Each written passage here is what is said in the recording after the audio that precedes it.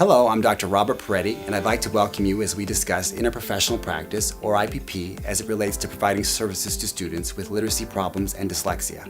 According to ASH's definition, IPP occurs when multiple service providers from different professional backgrounds provide comprehensive services by working with individuals and their families, caregivers, and communities to deliver the highest quality of care across healthcare and educational settings. How are literacy problems defined, and how does dyslexia relate to literacy problems?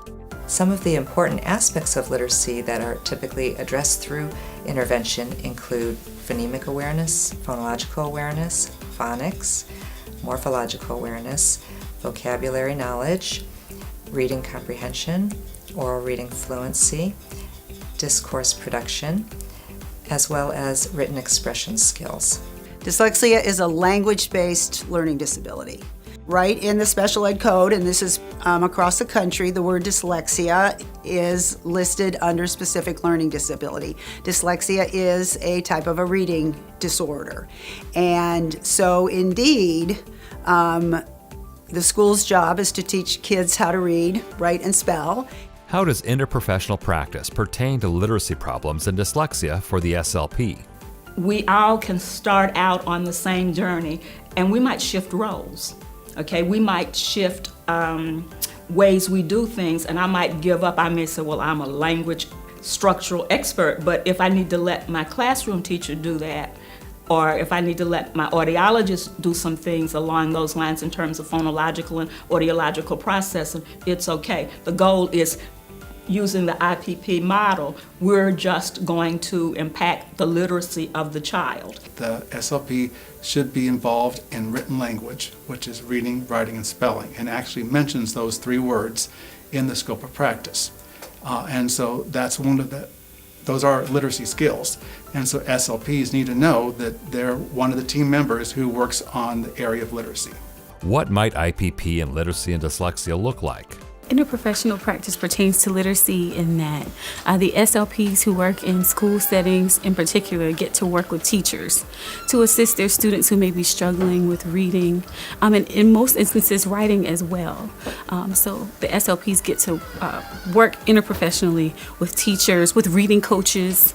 So what that looks like is I like to do it across the academic continuum, so science, history, math. What are they reading in these areas, and bring it into my sessions? So not necessarily trying to do my own thing, but working with these team members in order to ensure that we're moving the child forward academically, because literacy is across the academic span.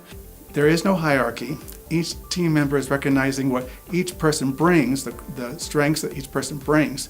And it may be, depending on the student, they'll say the SLP should take the lead or the educational psychologist should take the lead. Okay, so it's because they understand what each other does that they can work together as a team.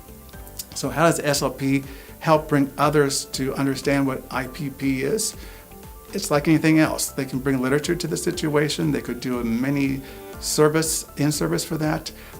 It's not going to happen overnight, but with considerable practice and trial and error, they can help others understand what IPP is.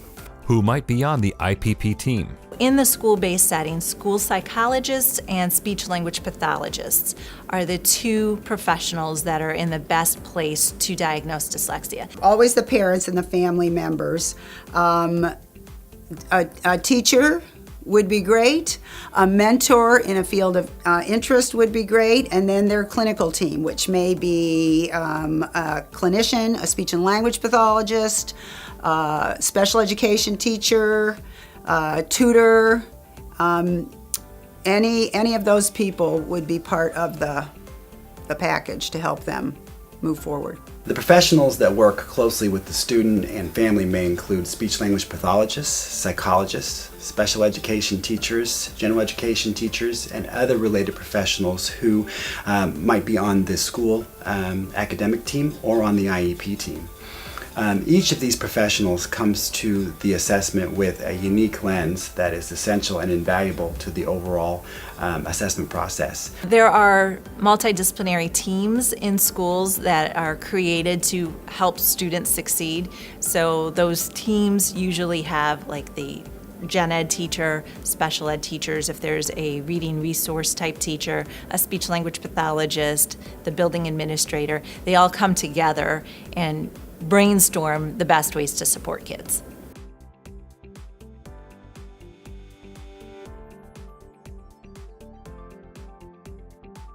What is the impact or outcome of interprofessional practice? We can, using the IPP model, first thing, it's going to open you up to other worlds and other strategies for doing things. And secondly, you learn a lot, and then you are able to share more when you're open and people see you being able to learn from them, then they are willing to actually work with you. Parents are essential.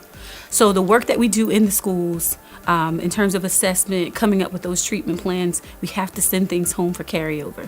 So we have to ensure, and a lot of times some parents don't know exactly what to do, so being sure that we're educating them on what we're doing, how to work with the kids, encouraging them to read more often. So daily, actually, is what I like to tell my parents. Every day, read something with their kids, find things that they're interested in, find things that they're going to gravitate to, because that's going to spark their interest in reading. No one profession owns literacy. These professionals contribute valuable knowledge, experience, and training to interprofessional teams with the common goal of supporting students' literacy development. Given the various types of literacy problems that students may exhibit, an interprofessional team approach is a very effective way to support student success. When SLPs serve as contributing members of an IPP team, they are engaged in best practice and are embarking on a very exciting and rewarding journey. They are effective in facilitating literacy development and thus in promoting both academic and social success.